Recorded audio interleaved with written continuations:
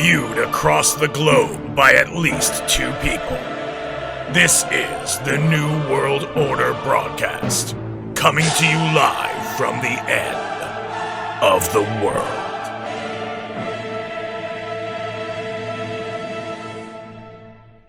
That's correct. You are watching the New World Order broadcast. I am your host, the Hat Man, and this is your other host, Talking Head number 6. And thank you once again for joining us. Why number 6? I don't get it. I wanted to give you room to improve. Wait, so that's a ranking? What else did you think a number was? I don't know. Anyway. Well, listen, I want to give you room for a promotion, maybe, where we can pay you a higher percentage of what we're paying you now. Oh, no, and that's great. I asked for a 20% raise, which will bring me to exactly 0, so that's good. Yeah, exactly. I was planning on giving you 1,000% raise. Which, very generous of you. Which would bring you to exactly $0. Sure. Yeah. So you've been away for a little bit. You actually didn't participate in the last podcast that we did. You were missed. Oh, well, thank you. I do appreciate it. And what'd you think of the last one? I Death and taxes. Death and taxes. The death and the taxes. But interesting info. There was definitely info in there. I feel like and he's gonna watch this. Well, yeah, no, I understand that, but I feel like it would have been interesting to get the story of how that all started and everything. I do feel like there's there's a lot of information that I would like to know about when, how exactly you end up coming to those conclusions and sitting there and, deciding to fight that fight. Well, and also exactly how you decide to take that fight to court and to spend that much money on it. Oh, yeah. Like just to sit there and have to go through all that rigmarole for that long of a period of time. So this gentleman decided, hey, taxes are illegal. He did enough research that he was convinced, and he decided to basically bet his whole life on that. Yeah, it's funny because it's something that I've heard before from different people, and different sources and everything. They're like, oh, the income tax is illegal and all of this stuff. And it's right. But it's always one of those things that whenever I hear anybody speak to the contrary, they're always like, well, no, and here's why. Exactly. But the funny thing is that their stuff sounds just as well, that's not really written in stone. And that's the funny thing about a lot of American law, is that it's very subject to interpretation if it's not written properly. It's almost very turntable. It's like if you spin it this way, it's obvious what the truth is, but if you spin it the other way, it's also obvious what the truth is. Yeah. And it's the opposite thing. Exactly. And it's so weird. Well, the funny thing is that's actually something that comes into a lot of the political debates that I feel go on these days, because it's one of those situations where you always have people being like, oh, well, the facts say this, the facts say that.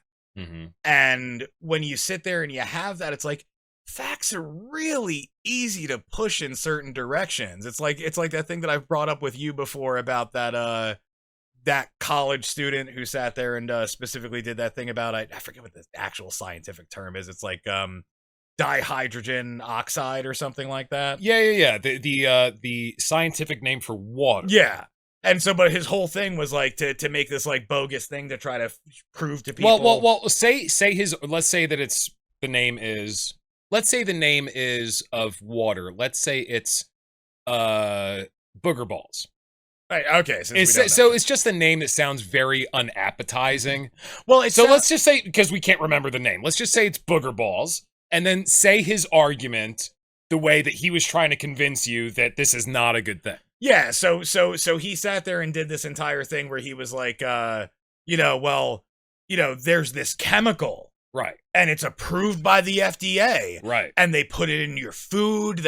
It's in everything. And being subjected to it, you can drown if you sit there and or you'll be asphyxiated. If you take too much of it into your body, you'll drown in your own fluid. Yeah. Yeah.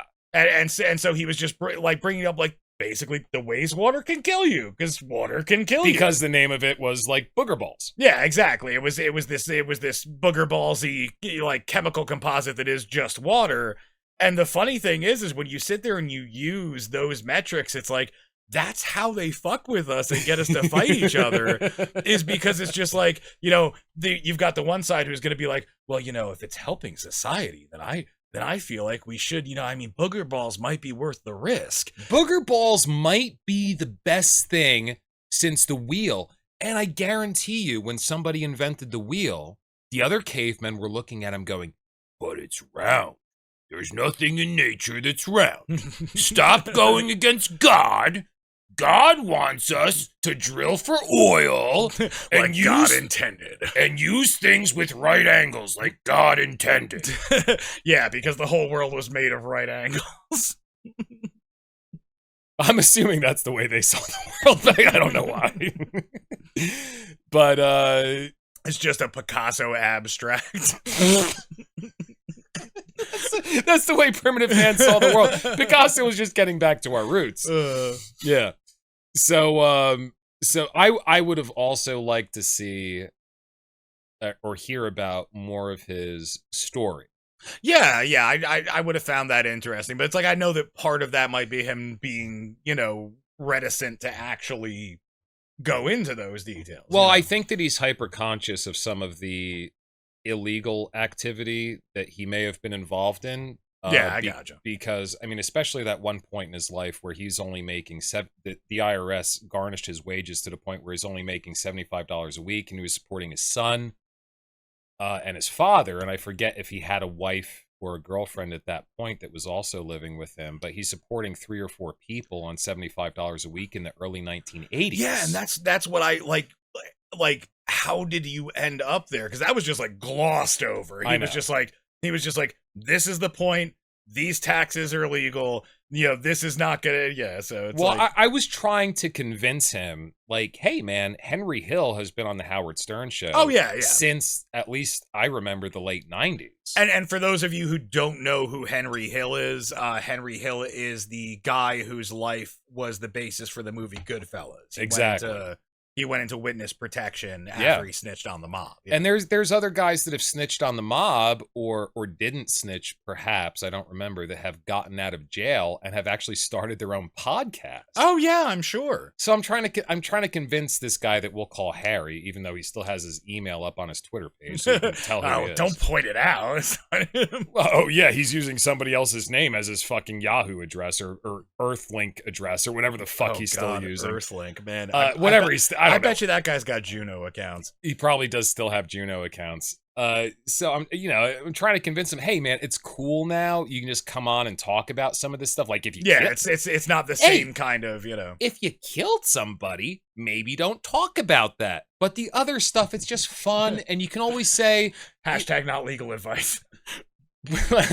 Well, here is some legal advice. If you talk about something publicly that you think is fun, and then somebody comes to you and says, hey, we're going to press charges and you're within the statute of limitation, just say, hey, I was making shit up. Yeah, like that guy on that video. It's it's all just for fun. It's all just for fun. Actually, we might get thrown off of YouTube if I bring that up. Well, don't invoke the channel. You remember the channel that does the gotcha journalism, and they got the guy from Pfizer? Oh no, yeah, I'm not. No? I don't know what that is. So I'll show you that once we're off camera. You'll have to talk to me about that later. Yeah, that's fucked. That got thrown off right away. Yeah, well. Yeah, but I thought it was interesting. But you were sorely missed, and I really enjoy our time together. We started this together. So what were you doing with your weekend off? You had to spend some time with your woman. Because unlike me, who has a harem, you have one woman that you need to give back to. Yes. But yeah, what did I do with my time off? Hung around mostly. Well, I like that I saw that I got group texts from you that you were getting a little drunk and philosophical and waxing poetic about certain subjects. And I was like, oh shit. I would rather he's not so busy all the time, because I enjoy getting messages like that. You when you do that, you help me look at things in a new light. and I kind of enjoyed getting those like weird little messages from you. I was like, I think he's shit-faced right now. I think he might be drunk. But this is very poetic, and I do want to think about this. Oh, wait, what was it exactly that I was waxing poetical about? I don't fucking remember. Oh, okay. I thought you were trying to was segue. something. I don't know. Yeah, I was thinking. Maybe I should have looked it up before we started this. Crap. So a lot's happened since the last time you were here. We posted. I'm not huge on the internet. Yeah, no, I know that you're not a big social media guy. The interwebs are strange and foreign to me. I never was one. I never was an interwebs. And doesn't even really make any sense. And you just watch the last podcast, you'll get the reference. And so I posted. I was introduced to shorts on YouTube and reels on Facebook. Everybody's trying to copy TikTok-y kind of things. Yeah, so I mean, we were at the point where we had like 4 subscribers, and gasp, and I knew all those people. So one of them was me, one of them was you, one of them was our mommy, and I think the other one was our father, but I don't think he actually subscribed. That might have been a stranger because he was just browsing. He was passing through. I don't think he actually subscribed, to be honest with you. So thanks, Dad. So we had like 4 subscribers, and then I was introduced to shorts, and I made a couple shorts and I posted them, and we had a little race here. I posted a short. Oh yeah, you were telling me about this. It was like the race for viewership kind of. Yeah. So I was like, oh my God, I posted a short and I got 193 views in 4 minutes. That's crazy, because at the point, like, all of our videos were stuck at like 5, and 4 of those were me. Yeah, like editing. I was just like, oh, it's way easier to go on YouTube and rewatch it and see what I have to fix, because we had them on like private or something. Yeah, and then you're sitting there. It's like it's either just being like, oh, let me just check out how this turned out, or let me sit there and face like, oh, what needs to be tweaked here, like, oh, fuck, the audio's off, or like, yeah. So it's really all just like hypercritical self-watching to sit there and be like, how can we make this better? I got so sick of listening to my own voice. I hate my voice now. Oh no, yeah, I hate your voice had too, a very healthy ego before I started watching myself on my TV on a regular basis. Now I feel like the way I do when I finish taking care of my urges.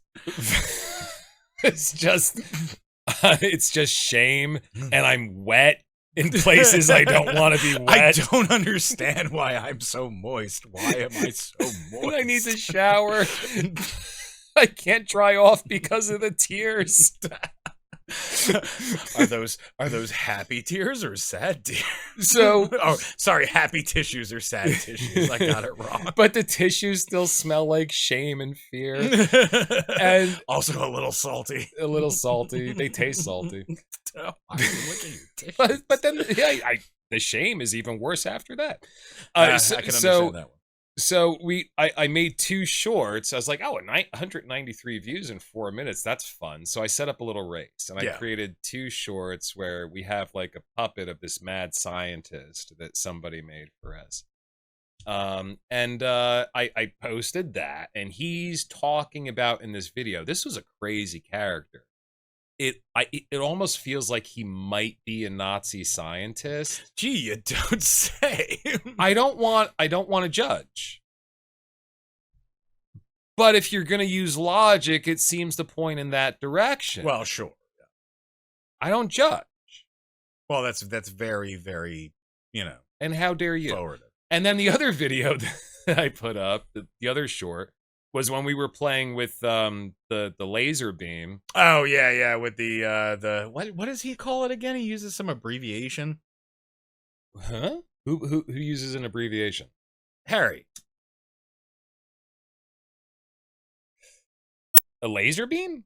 Yeah, for the thing. There's like some, because you said Tesla or whatever. Oh no, it's not an abbreviation. It's a direct energy weapon. Okay, I thought for some reason I thought there was like some kind of like not acronym. No. Well, here's the abbreviation we were using, MTG, Marjorie Taylor Greene, because she had, that's what you're thinking of. No, that's not what I was thinking of. It's not? Yeah, Okay. no, So gotcha. Marjorie Taylor Greene, we were going over the conspiracy theory of Jewish space lasers. Space laser. So yeah. I thought this was fun, and I set this up, you know, me and my friends. You weren't involved, unfortunately, but we were watching both of the shorts, and we had a race. I put them up both at the same time. We had 60-second short where I'm blowing a laser through your forehead, which was which was the conspiracy theory Marjorie Taylor Greene's Jewish space laser, versus basically it looks like Doc from Back to the Future or Rick from Rick and Morty. Yeah, same general archetype. Who's a Nazi scientist talking about how he is involved in epigenetic malfeasance, and I have both of those shorts up at the same time. And we wanted to see who would win. And then the space laser went all the way up to 2.5 thousand views. I think it was actually 2.4 or something like that, and then like went up actually a day later a little bit more. Yeah. So by the time I went to sleep, is at like 1.4, and then the next 2 days later is at 2.5, and then another short went up to. So we actually have 20. We had 24 subscribers by the end of that, and then yesterday we lost one because they're actually smart because they watched our videos. And they decided, what the hell am I spending my time on? I need to get my shit together. They were just initially sitting there and you know, just like, oh, this could be going somewhere interesting, and then they saw just the rest of the content of the channel, and they're just nah. So if anybody out there who is subscribed who's watching this knows who we lost, because I'd be curious. If you know who that is, tell them they made a fucking good life-affirming decision, and good for them. How dare you not watch our video? I want to take this person out to dinner and be like, you made the right fucking choice, man. Yeah, no, I have no idea why I'm doing this, and I don't know why anybody's watching. I don't know anything about this anymore. You know, we are trying really hard, so stands to reason, you know, eventually we'll get to the point where we can't actually interact with our audience, because the audience, I mean, once it hits like 1,000 people, it's just too much. Yeah. So I thought it would be really fun, if you don't mind. We got a few comments on some videos too. No, yeah, I saw that. Actually, particularly about the laser from what I saw, that some people were a little upset about the whole thing. So this was our first video that actually. It was a short, but this was our first video that actually got like views, and it got us a bunch of subscribers. It was the Marjorie Taylor Greene video, and we might take a quick pause right now. I might splice it in here so you can see what I'm talking about. Wait till you see this shit. So this is a miniature direct energy weapon that Tesla invented. It's called a laser beam. Thank you, Austin Powers. And this does damage, dude. You ready? Sure. All right.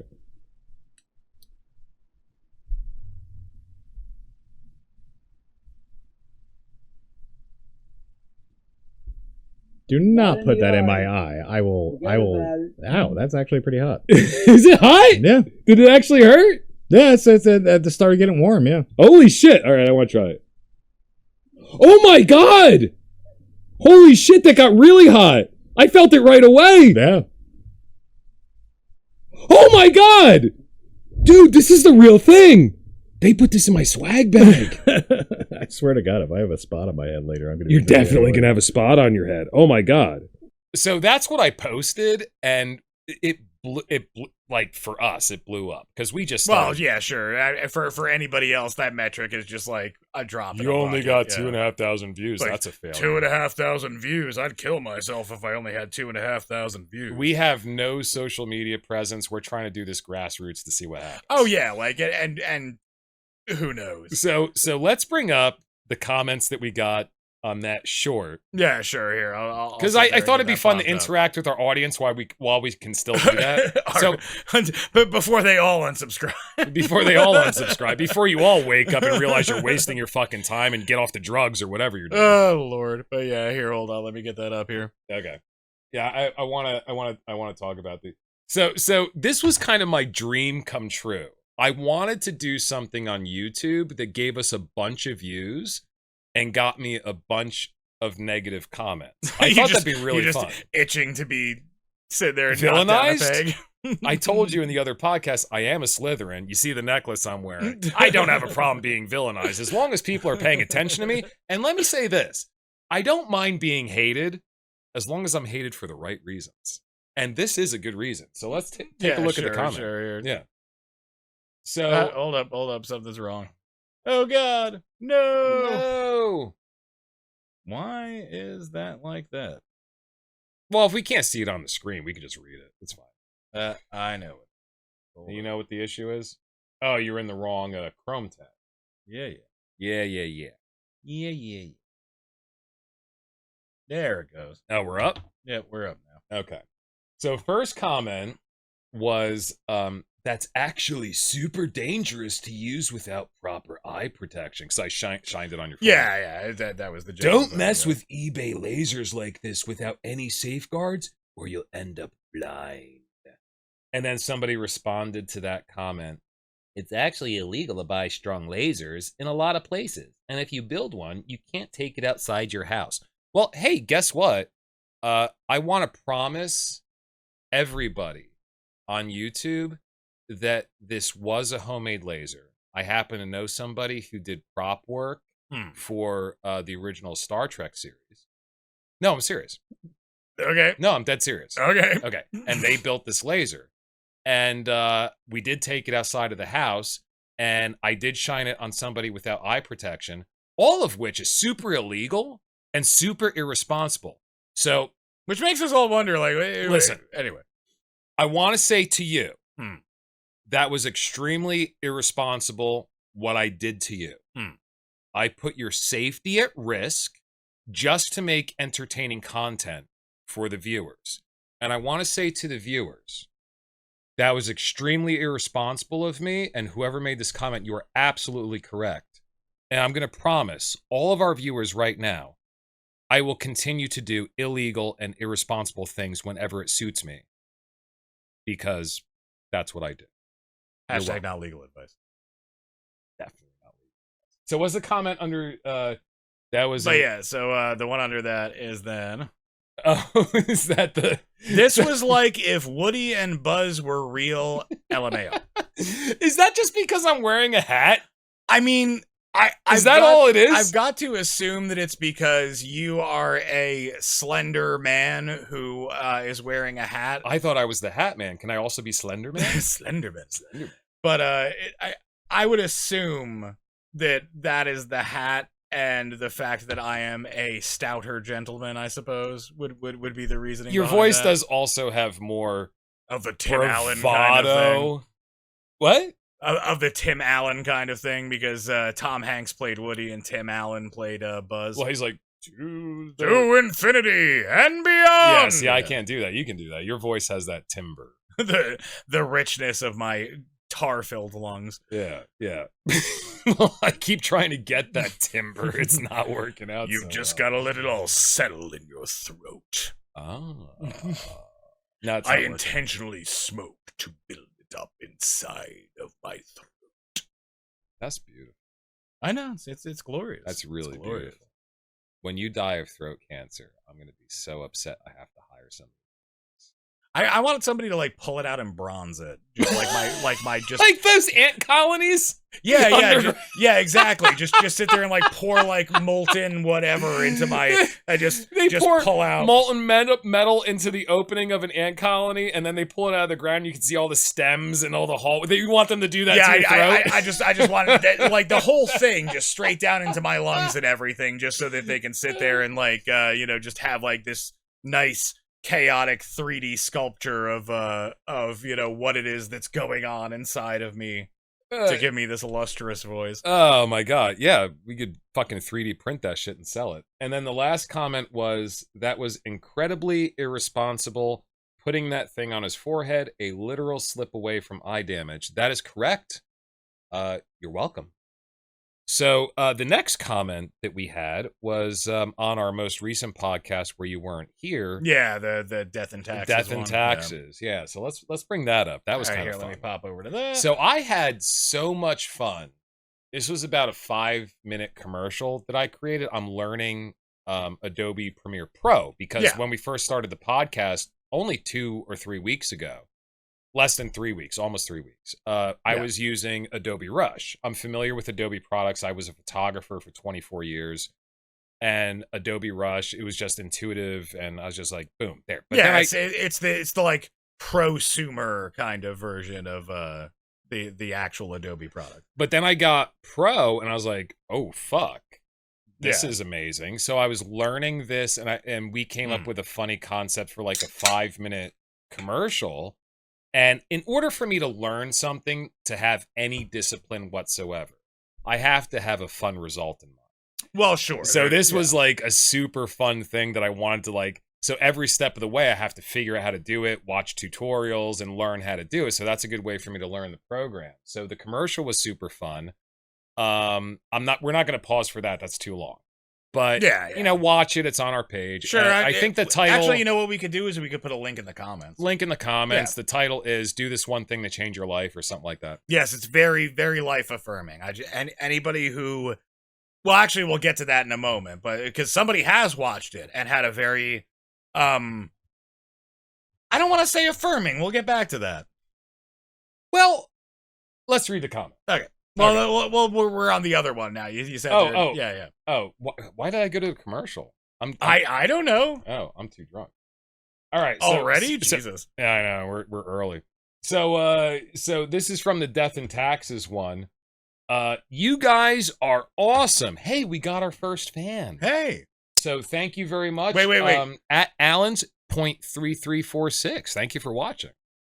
But I just want to sit there and do exactly what's going on here. It's, you guys are awesome, but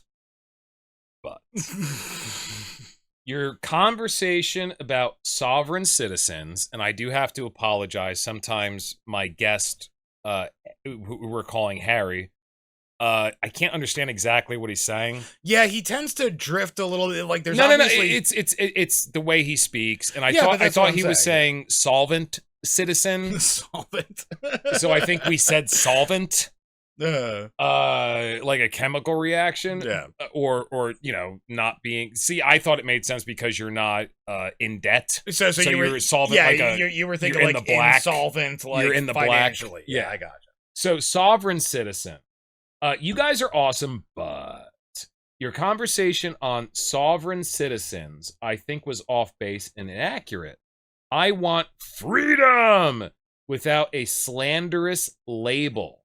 There are many live humans living freedom and use automobiles to travel this beautiful land of ours without processing, I think they meant possessing, a driver's license. And their freedom is upheld by our Supreme Court of the United States. Now, this is an interesting comment because I don't know a lot about this. Oh, I have no idea what's accurate or not about this, but I do love the enthusiasm of the comment, and I'm happy to hear that, you know, anyone is watching this that isn't directly blood related to me. Well, this isn't directly blood related. Yeah. So this is actually this took me back. I remember years ago I watched a documentary. I think there's like a whole town in a certain state in the Midwest where everybody doesn't do the tax thing and everybody doesn't do the license, because licenses are basically taxes. Well, if you get a driver's license and a registration, it's basically a tax. Sure. I mean, it's a pointed tax with like I mean, yeah, you're paying processing fees, but I mean that's the same thing with you when you go to. It's a funny thing about this country, like everything that has to do, like this country is based on laws and legality, but it's also based on anything you do with that court filing fees, this fee, that fee. It's like, so licensing fees is just dealing with a legality that also has administrative fees. So to license somebody to do something is a way to track that activity while the government is making money on that activity. So it's an apportioned tax. At the same time, it's a way to track people that are doing a certain activity. So you can keep that activity under control. And for hunting and things like that, that totally makes sense. Yeah. For driving cars, I don't see that makes a lot of sense. So I feel like it probably stems from them having early safety issues with automobiles and everything like that. And perhaps. Like there's actually a thing that when I was watching a documentary actually recently where people were talking about the concept of walkable cities and how America, because of its youth, is one of the few countries that doesn't have walkable cities. Well, let's go back to Roger Rabbit if you want to go that route. Yeah, sure, But exactly. before we go in that Concepts of route, mass transit. but let's get back to that. Okay. That's interesting. But before we go that route, I wanted to talk a little bit about this documentary that I remember watching where there's this whole town. Sorry, I wasn't trying to get off. No, that's okay. No, I like where you're going. There's this whole town where people don't do this thing. But if I remember correctly, at Allen's point 3346, in the documentary, these people were driving on the roads without driver's licenses and registrations. They got pulled over by cops and state troopers. And I'm pretty sure the documentary ended with one of these people going to jail. But it was talking about what they believe and why they believe it. But I'm pretty sure that happened in the documentary. So I don't remember the name of it. I tried looking it up. I can't find it. So you just can't. Yeah, it's the funny thing about it's the internet. It's old. I watched it a long time ago. So, I mean, if anybody can remember the name of that, send it to us in the comments. Yes, any of you 3 people, figure it out. Yeah, or Allen's 3346. But, I mean, it didn't seem to me that people can just freely roam without submitting to those taxes and legalities, according to this documentary. Now, perhaps that documentary was skewed to try to steer people away from choosing this lifestyle. That's certainly possible. Oh, sure, and that's always the funny thing about any kind of legal issue. It's like I said, there's a lot of interpretive nature, because like the only thing that's set in stone apart from amendments is the Constitution, and it's like they had no idea what our lives are going to be like when they wrote that fucking thing. Like, everybody was farmers back then, right? Like, the car was like, well, that's what I kept mentioning to Harry in the last podcast. He's like, back in 1813. I was like, hey, dude, it's not 1813 anymore. Shit's a lot more complicated. I mean, I get where he's coming from a legal standpoint. Oh, sure. I totally get it. But, you know, it's a sticky subject to really walk your way through. Yeah, and it's really it's a very weird thing to get any kind of clear-cut answers on it, because obviously anybody who's looking for whenever you're looking for a specific result, it's going to skew the method by which you search for that result. So it's like, if you're sitting there and you're like, well, I think there's an intellectual fallacy that has a name that is talking about that. I forget what it's called. Is it confirmation bias or something? Might be confirmation bias. I forget. Go ahead. But I know what you're talking about. Yeah. But yeah, and so it turns into a situation where it's like, you know, when you're looking for your desired result, it's the same reason why there are so many conflicting science papers on different things and stuff like that, is just because you have to be objective about it. And with law, like, there's no chemical test. There's interpreting what ancient people in wigs wrote. And what new people without wigs wrote. Yeah, about what those ancient people in wigs were saying, and exactly. their interpretation of what that means and everything. Exactly. Yeah. Yeah, it's a really sticky subject. So yeah, thank you for the comment. That's awesome. And I do want to learn more about that. And I can't find the name of that documentary I watched, but once again, could be propaganda. Yeah, and but hey, listen, you know, if somebody does do that and they get away with it, and they don't get ticketed all the time, good for you. Fucking do it, man. Oh, yeah. And it's obvious that, like, that wouldn't become a heavily publicized thing, because it's going to cause some kind of chaos, whether it's legal or not, you know. Right. All right. So thank you very much for watching. And we do consider you our first fan, because your first sentence is, you guys are awesome, but... I'll take the butt. Now, I'll take the butt. Now, everybody says that anything preceding the word but is bullshit, but I need a fan right now, so I'm going to go ahead and pretend that it's not. So what's I need a hero. Our next comment was on the commercial that I used to learn Premiere Pro. Let's take a look actually, at but that. we have then never mind. That's actually, I just realized. Okay, good. So, right, on this commercial, I had so much fun making this fucking thing. And this is by far our absolute favorite comment, I think. So at literally a Galaxy 7789 commented, "What did I just watch?" I do like the fact that there wasn't a period involved or a question mark. It's just like it's a statement. What did I just watch? I gotta tell you, when I was making this fucking thing, so I'm the type of person, if I'm involved in learning a new skill, I have to be constantly entertained while I'm being taken through it. I just don't have the energy to fucking put my nose to the grindstone anymore. Oh yeah, I got you. I used to when I was younger. I don't anymore. So every couple hours, I was sitting there thinking, no, man, I get to watch a new 30 seconds of absurdity once I'm done with this segment, once I learn how to do this. Every time I get another segment in place here, it's just more laughs. And of course, as an artist, you envision what other people's reactions are going to be. It's really a developed sense of the same thing that you had when you were a child, when you're like, I hope mommy puts that on the refrigerator with a magnet. Just waiting for the little alphabet magnets to sit there and have your crayon drawing up. Yeah, the letter J. Joanne, I remember what you did with the letter J, and it fucking haunts me to this day. But anyway, you don't need to know. So anyway, I mean, you know, I was imagining what people's reactions to this would be. Yeah, just sitting there and wondering exactly how that was going to play out. That's the comment I imagined.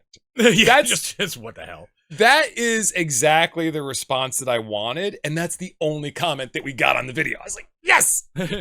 Goal achieved! Goal achieved! I fucking nailed it. I want you to be sitting there on your couch, hungover, with absolutely no idea. Dorito crumbs all over your fat belly, looking at the TV like this, going, "The fuck was that?" That's what I fucking wanted. That was the end zone, and you made it. Yeah, it was like perfect in the middle of the goal.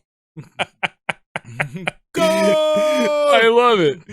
So I'm so happy that that's the reaction I got from my commercial from somebody. Once again. Literally a Galaxy 7789. Thank you for watching. I'm really happy that you were confused, because that's exactly what I wanted you to feel. So it was the intended result. Yeah. So here's what I want you to do next, and then we're gonna take a little commercial break. So we did this thinking this probably isn't gonna go anywhere, and then I realized that... And then we did it several times and found out it wasn't going anywhere. It wasn't going to go anywhere. But then I realized, I hope it does. It would be funny. I mean, I'm not going to lie. It'd be entertaining.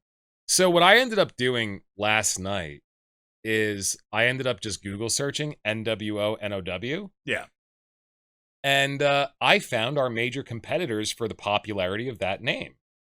Oh, did you? Would you like me to show you some of them? Sure, why not? All right. Open up a Google window. All right, hold up. And do a Google search. Just type in NWO.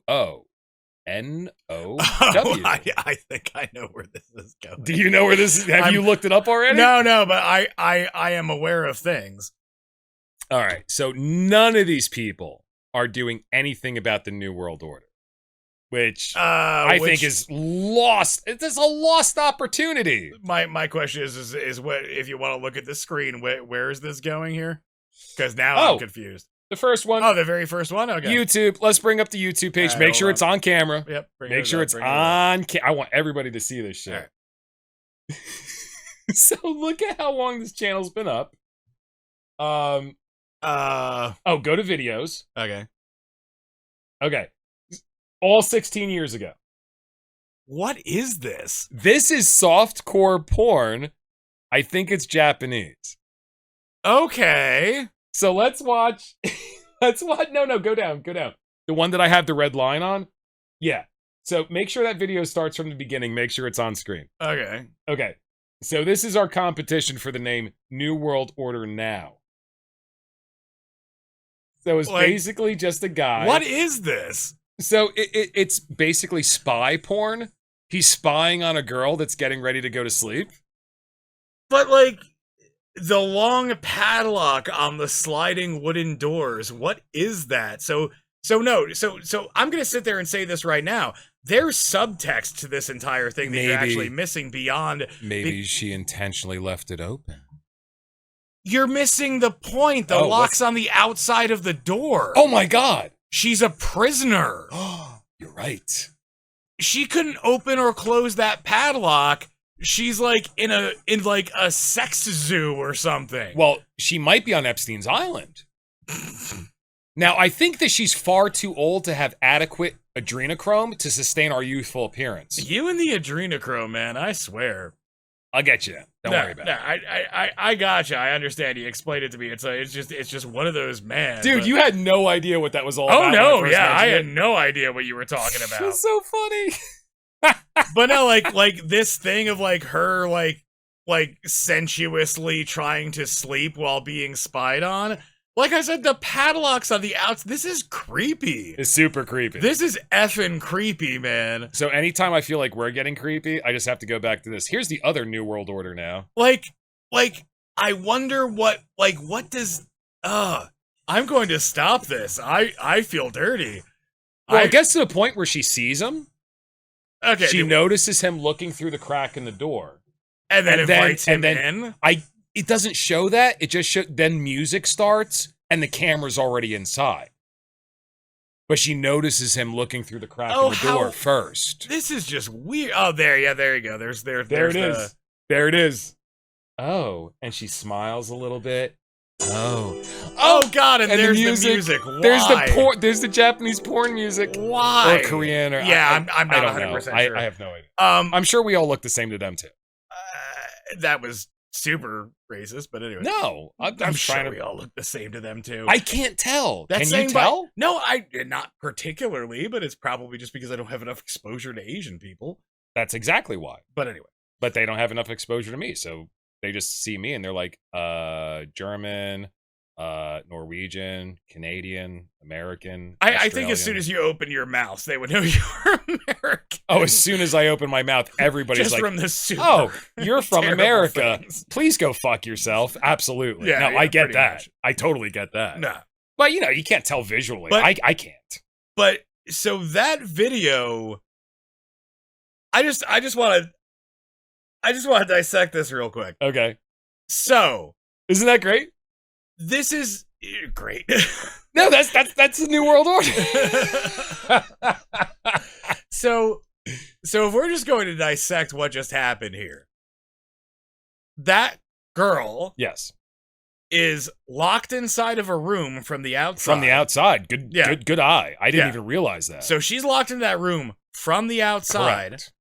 By whoever the video person is, most likely, and the videographer, whatever you want to call most likely. And so she is then like, this is Stockholm syndrome porn. This is super weird. Like, so she's all like sexed up about the fact that she's been being held captive and trying to take a nap, apparently.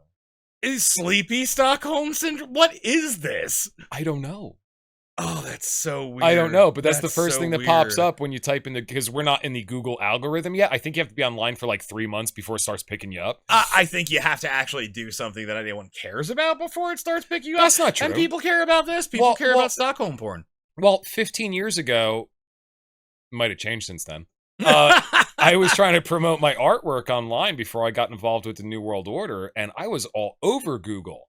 Because I had a website, I had a Facebook profile. Sure, and a lot of people didn't understand SEO back then, search engine optimization. And I did. Yeah, we because I looked into it. Yeah. So I was all over Google, even though nobody was paying attention to my shit. Nobody had any effing clue. Yeah, if you looked up my proper name, which is a surprise, not the Hat Man, you would get my website and a bunch of shit that I did, newspaper articles written about me, the show that I did in Philadelphia. Yeah, just anything that and because that article that was the online article about kitty porn, and I was talking about how ridiculous that whole fucking thing was, and I had that painting that was up for it. Oh. So for context, because that just sounded super weird. I didn't make kitty porn. Yeah, it was a concept. It was a conversation about art versus pornography. It was a concept piece. And I was talking. So anyway, if you looked up my proper name, all that shit came up because I knew how to modify my content to be SEO To actually sit there and get you optimized so that your searches would come up in Google. But I remember that because I'm a narcissist, I was Googling myself constantly. It took 3 or 4 or 6 months, I don't remember, for me to actually show up. So I'm thinking that the reason why we're not showing up at all might just be time, but this is 15 years ago. But anyway, I was really, I got you. I was like, I haven't tried this yet because we've only been doing this for a few weeks. I was like, let's look up NWONOW. And this is the first fucking thing that pops up. That is really weird. So I'm going to show you where I thought this conversation was headed. Okay. Because hold on, I can't see past your shoulder. Oh there. yeah, sure. But yeah, so what I thought was going to happen was when I sit there and go to Google and type in NWO, this is what I was assuming was going to be professional wrestling. I thought you were about to bring up a bunch of WWE crap. What the fuck is this? Oh no, so yeah, so you're not particularly, and neither am I, particularly well versed in WWE and WWF stuff. No. But yeah, like NWO New World Order was like when Hulk Hogan went from being Hulk Hogan to Hollywood Hogan and stuff. Yeah. Like it went heel. Yeah. You know, instead of being face. Yeah. You know, yeah, they did this whole thing where like it was like, oh, the new world, like, so these wrestlers were getting together, making this like evil conglomerate of wrestlers or something. Yeah. It was called the New World Order. Oh yeah, it was called the New World Order. Oh, I love it so much. My favorite quote from when I interviewed Harry in the last podcast is I look at politicians the same way that I look at the WWE. That's the way I look at politics. You know, hey, listen, you know, are they really in the game? Yes. Do people get hurt? Yes. But at the end of the day, it's all performance. It's all performative to get attention. You can't take it seriously. It's scripted. It's performative. It's just there to catch your eye.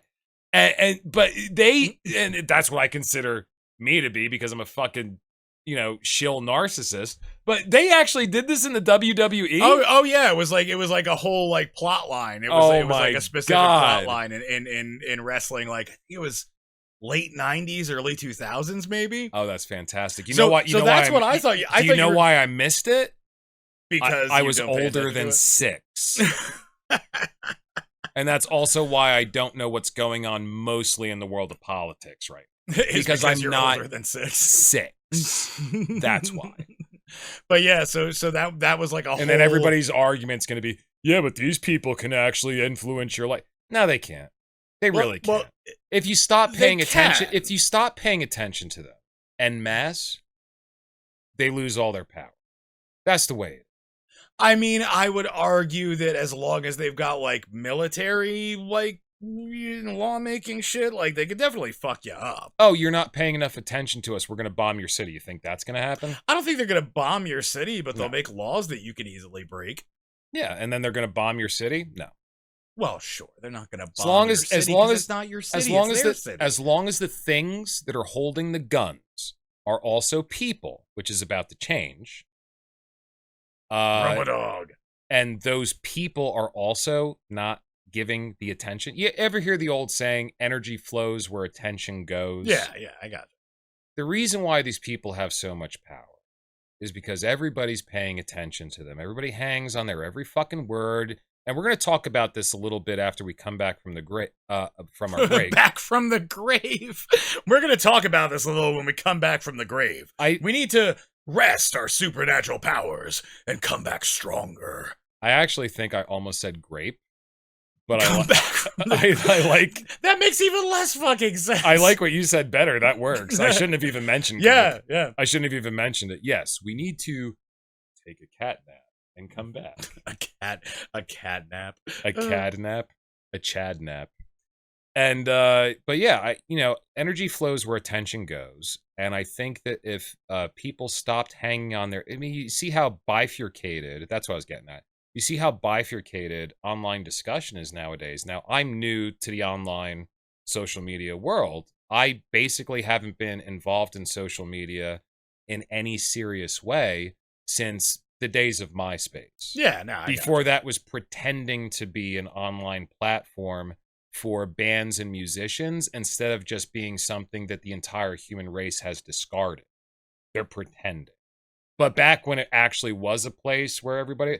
So that's where I'm coming from. Yeah. And after that, I was like, fuck this Facebook. And I don't really... I hate people. Why am I spending time with them online? No, and I can completely understand because, like, I've kind of... So I've been a little bit different. I've gone in phases where it's like I'll get, like, some new social media thing will come out. And because, like, I've got some friends who are a little bit on the younger side. Like, Sure. As far as, I'm an old man to them, But, you sit there and they'll be like, oh, yeah, no, I'm on Instagram or something. I'm like, what the fuck is Instagram? Or like, really, like back in the day. You do know what Instagram is. Yes, I know what but like it's like that's how I kept getting introduced to new kinds of social media. And it's just other people, everybody knew what it was before you did. Exactly, because I'm just not really paying attention to the entire thing. Right. And so it turns into a situation where, like, back in the day, somebody was like, oh, are you on Twitter? Like back when Twitter was new, and I was like, the fuck is Twitter? Right. And then it turns into a situation where it's like, you go there and you're like, back then, I want to make it clear, Twitter was not what it is now. Right. It was people posting pictures of their breakfast and shit. And just trying to make like rando, because you couldn't post pictures back then. It was just like the 128 characters or whatever it was. Oh, okay. So it was just like people trying to be pithy and entertaining. Right. In like very small doses. So it's like you couldn't write like a whole diatribe like you could on like a blog, or like it was just like, what's the funniest I can be within this limitation? Yeah. And I actually found that kind of cool. Sometimes limitations are fun for creativity. Yeah, exactly. So Sure. It was one of those situations where I was like, oh, well, let me see what I could do with this. And I'd start writing like these little like very short stories where I was trying to be funny. It's like, I got super into it for like 2 months and then forgot it existed. And now it's just like a cesspool. Well, I had my first experience on Twitter when I created our account, which I eventually gave to you because I realized oh yeah, I hate people, and B, you're way funnier than I am. So we'll keep you in control of that. And I love what you're doing on it, by the way. Oh, well, thank you. I do appreciate that. And we're going to get into Twitter a little bit after the break and what my experience with that was and why we think it's going in that direction. But I did want to leave with my thought, because this is a thought that I've had that I think is probably metaphysically valid. Is that if energy flows where attention goes, if we're going to take that as a priori, or we could discuss that if you want, the fact that we're giving these people so much attention is actually what's bifurcating our society, because they're play acting a la WWE, faces and heels. Oh, and they don't break kayfabe, like, at all. You mean they stay in character? Yeah, that's what, yeah. So, kayfabe. It's wrestling terms. Okay. Anyway. So they stay in character basically 24/7. They know when the cameras are on them. It's orchestrated. And the fact that we're giving them so much attention is actually what's bifurcating our society. Sure. Giving oxygen to a fire is just going to make it spread. Yeah. So I kind of feel like if everybody just stopped paying attention to, they made a new law, but nobody cares. How many of them are there versus... It's like, that's the whole thing, is it's so performative in nature at this point. Well, what's the quote? Washington is Hollywood for ugly people? Yeah, that's definitely I mean, have you ever heard a more true quote than that? I mean, that's so 100% accurate from start to finish. No wasted vowels, total economy of words, and 100% true. And funny enough that it makes you actually think about it. Well, and the thing that I think that like makes it like that makes everybody feel a little bit more sinister about it than Hollywood is, like, Hollywood's just they're acting, they're making money. It's all about money. It's all about money. It's art. It's art and artifice. Art, sure. And money. Sure. Yeah. And so, but there's like, you hit the government side and it's like, oh fuck, they're messing with my emotions, not to try to win an Oscar, but to get a law passed that's going to like and also drastically change shit. And also to steal. You're not giving them your money. Oh, yeah. They're taking your money. Yeah. And they're giving it to whoever the fuck they want. And you can't even call it misappropriation because it's literally called like congressional appropriations. I pay my taxes. Yeah. And I don't get a receipt saying what they spent it on. Oh, yeah, no. No, you have to elect the representative and make sure that you believe in their that's the way to do it. Yeah. I have to vote for Hulk Hogan or Rowdy Piper or The Undertaker and figure out which one of those guys is going to be in charge of my money, which I have to give to somebody because that's legally what I have to do. Yeah, because no matter what, they're taking your money. You get to pick who's in charge of the So I have to vote. It's going to either be Ed McMahon, Hulk Hogan, face or heel, Rowdy Piper, the Iron... Whoa. The Iron Sheik. We can't skip the over Iron this. You Sheik. said Ed McMahon. What's his name? Vince McMahon. Oh, do you know who Ed McMahon is? That's the guy that does the fucking thing where you win a prize and he comes to your door. Yeah, he was originally on Johnny Carson as his like guy on the couch, kind of like Andy Richter to Conan O'Brien. Yeah. But then he started doing the prize thing. He did the same guy, clearinghouse. Same guy. Same guy. Well, let me tell you something. I just like imagining Ed McMahon as a villain. That's great. Let me tell you something, my friend. And we're gonna end on this, and we're gonna take a short break. I'd rather give my money to him. You might get it back from the clearinghouse. We'll be right back. All right, so we got our first ad read. How the hell did we do that with 24 viewers? I don't even understand that. Is this legit? All right, I'm just gonna go through this.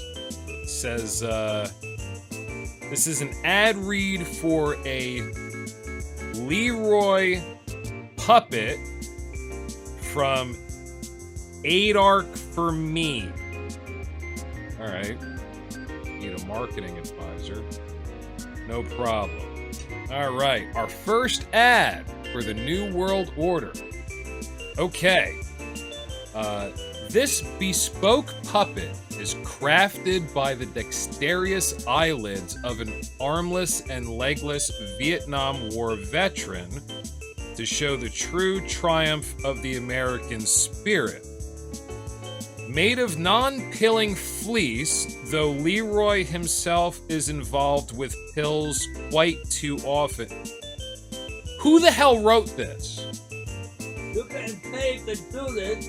Are we getting... my cut, and when I get my cut, you get your cut. This sounds like it was written by a semi-retarded middle schooler. I'm gonna be quite honest. I haven't gone through half of it yet. So, is this for... How are we getting paid? They're paying me first, and then I'm going to give you your cut, and I'm your boss. Oh, it's So it's commission. yes, So if they don't sell any of this shit, I don't make any money. right. And you make your money first, producer. Of course, I'm the boss. This is fucked up. Alright, I'll just fucking read it, whatever. Alright, this bespoke puppet is crafted... I already went through that. Alright, This bespoke puppet is crafted by the dexterous eyelids of an armless and legless Vietnam War veteran to show the true triumph of the American spirit. Made of non-pilling fleece, although Leroy himself is involved with pills quite too often, much like our audience, and tries to fleece people for profit, much like me. His eccentric charm will win you over with his ambidextrous beer can holding abilities, cigar smoking, and random clothing manufactured and acquired through the finest second-hand stores our nation has to offer. Oh, this sounds like a lovely product. I'm sure we have pictures that we're putting up on the screen for you right now. If you buy this, I would definitely have it sanitized before you put it anywhere next to your kid. Actually, don't put it next to your kids at all, but certainly have it sanitized before you let an adult human being with a healthy immune system touch it. I'm just getting the vibe here. You can buy Leroy now from etsy.com/shop/8ARC4me. The spelling's all fucked up. I'm sure we're gonna put it on the screen. Need a marketing advisor. Buy Leroy now for $339. That's a bargain. Or sacrifice him in effigy. This I like. This might catch you, keep you from catching the plague. Sacrifice him in effigy if you're a socialist cuck. All right, well, I guess Leroy is a blue-blooded American. If you're a socialist cuck, we'll sacrifice him in effigy on film, on video for you, and you can buy that for, $1,339. So $1,000 more than actually buying him and having him. We'll burn him, take a video of it, and we'll send that to you. That's a deal. I would go that route. And also, I make 50% of this after my producer takes his cut. We have to give Sammy the Bull children their cut, selling the pills, and then Uncle Sal, the Salvation Army, for their donation to it. According to this, Leroy's giving Sammy the Bull plenty of money for the pills already. And I don't know where he's getting the money, so I'm assuming that he works for Sammy the Bull, and then he's just paying Sammy the Bull for the pills. It's kind of like the old construction sites that you went on, and they said, hey, do you want to be paid in cash or coke? And I swear to God, 90% of the guys said coke. I'm pretty sure Leroy's one of those guys. Well, that's why Sammy the Bull gets part of the action, and he owns the company when it, after a while. Is Sammy the Bull buying this ad? Is that the way this is working? The Stalin partner. Oh, Jesus Christ. Maybe I should do this over and actually do a good job. All right, I don't want to piss off Sammy the Bull. So if you're a socialist cuck and you don't believe in blue-blooded, beer-drinking, cigar-smoking Americans, we'll burn the puppet for you for $1,339. We'll post it with your name on the video so everybody who watches it knows that you killed the American spirit. Either way, the Veterans Association doesn't care about him, so why should you? Go on Etsy.com/shop/8arc4me right now and enter the coupon code NWONOW for 20% off your first order. That's Etsy.com/shop/8arc4me. Coupon code NWONOW. Go buy him today or any of the other fine disease-ridden puppets you can find. There is a disclaimer here. The limblessness of the veteran creator and the veteran status are not guaranteed. I don't even fucking know what I just read. Glad I got that out. I'm probably going to keep that in the edit. And we're back! You filthy bastard. So I wanted to talk a little bit about my experience coming back on social media, and we started to touch on that.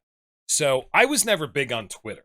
Yeah. Even when I started off, like I said, the last time I was seriously into social media was on MySpace, and all the people that are much younger than me right now probably don't even know what the fuck that is. Which, by Facebook the way, took guys, it over. You suck because MySpace was so much better than Facebook. You could sit there and like put your own music tracks over it so that when people went to look at like your homepage on MySpace, it was basically just a place for people who didn't know how to make websites to post their own websites. So it was like Facebook, except that when people visited your page, it was hyper personalized. Yeah, like you did your backgrounds, but it did require, it had a higher barrier to entry because you had to at least figure out how to copy and paste HTML coding, if not write it, in order to really personalize it. But you could get on with no knowledge. Oh yeah, sure. Your page would look shittier than other people's pages. And that's what I think turned off a lot of it. And once everybody's parents were like, "Oh, what's this internet thing?" Facebook just took over. According to the movie The Social Network, and I trust Hollywood implicitly because they've never steered me wrong, the big reason why Facebook started taking over the social media space that MySpace was trying to create, had dominated, is because of the concept of the wall. Yeah. The wall was the thing. You could see other people's feeds scrolling through your space. You could watch people interact with other people through your space without visiting their pages. Exactly. Whereas MySpace was much more destination based. Like you had to decide where to go. Yeah, exactly. I'd be like, oh, what's Hatman up to? And like you sit there and you like, you go to that page and you'd be like, oh, these are the people who are interacting with him, but those people weren't really per se interacting with each other, Right. or interacting with media. It was just about what we're talking about as individuals, which I feel like was probably a nicer way, because that made it more of like a community instead of this like town square. Like have you ever heard of the man covered in shit screaming? I've been that guy. Well, but like, have you heard of that concept when it comes to social media? No. So the concept, I forget what comedian or TV show host or whatever came up with this thing, but it was so sorry for not giving credit where credit's due. But it was that no matter what your opinion is online, you'll come out and you'll be like, yeah, I believe in this. This is what I have to say. And immediately, as soon as you say that online, there's a guy covered in shit who comes out going, yeah, me too. And it completely discredits your opinion. Yep, completely. Everything's fucked. So yeah, that's the guy covered in shit concept. What? I feel the same way about when I agree with Alex Jones. Oh yeah. And as soon as I say something, I'm like, yeah, but Bohemian Grove's actually true. They're like, yeah, but Alex Jones said it. Yeah, so, the guy you. covered in shit has somehow become both Alex Jones and the people who listen to anything he says. Like he's a weird paradox of the guy covered in shit concept. Oh my god, that's great. Yeah, I thought it was a very funny So the guy concept. covered in shit. What I interrupt. What were you saying about the guy covered in shit? Oh no, I was just saying that like Facebook made us all become like victims to the guy covered in shit. The guy syndrome. covered in shit. Yeah, Everybody's whereas interacting MySpace, with everybody else at the same time. That's the point of the algorithm, so they can increase advertising revenue. And it increases that you're going to run into more guys covered in shit. More guys covered in shit, because that's what gets the attention. Yeah. That's great. But when we decided to start doing this, I was thinking, hey, Traffic, every artist Like Traffic the drug movie? No, sorry, I'm not going. Every artist wants to have their work put on the refrigerator with the magnet Joanne, with the J magnet Joanne. I remember what you did, Joanne. So we want people to watch what we're doing, and I was like, okay, we need to get on Twitter. That's the easiest way to do that. Now, so far on YouTube, we have we got up to 24 subscribers. Well, back down now.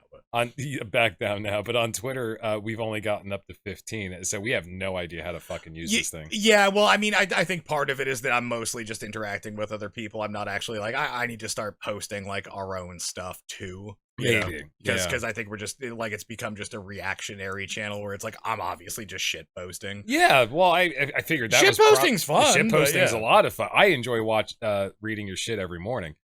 Man covered in shit. I enjoy your shit. So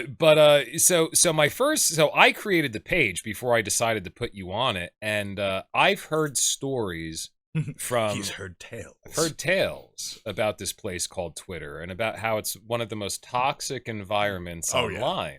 Oh, it is just awful. Second only, according to what I've heard, second only to YouTube comments. And so far, I love all the comments that we got on YouTube. Even the ones that are talking about how you were going to fry my eyeball. Blatantly irresponsible. You're right. You're welcome. I don't know what else to say. I'll try.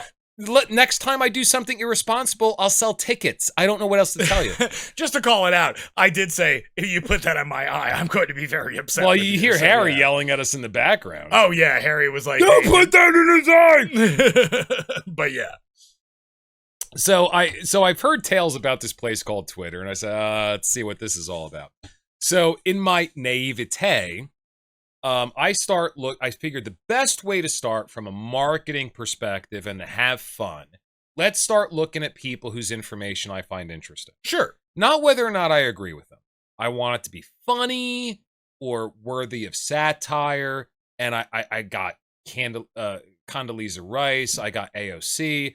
I got Hillary Clinton. You didn't get AOC, by the way. You got an AOC parody account. I just want to let you know. It's hard. It's hard. No, but it's been very funny. Like, in all honesty, that AOC parody account, like, chef's kiss, like, I have no particular feelings on her either way. I get that she riles up a lot of people and shit like that. and there's a lot of people on the right who don't like her, and a lot of people on the left who don't like her. I think she's kind of pretty. Oh, she's definitely she's an attractive woman, and she has definite opinions, and like, I've hey, never heard her talk about anything because, once again, sorry, why would I watch a speech by Hulk Hogan? But it's like, the funny thing is, regardless of how it was just, it's super funny because she's a very polarizing character. And yeah, obviously. The person who's running the parody account that you thought was her account Hates her. Well, they do a good job of, I don't think making fun of her, but they do a good job of representing how the right feels about her. Yeah, okay. They're fucking with her. They're making fun of her. Yeah, okay. Perfect.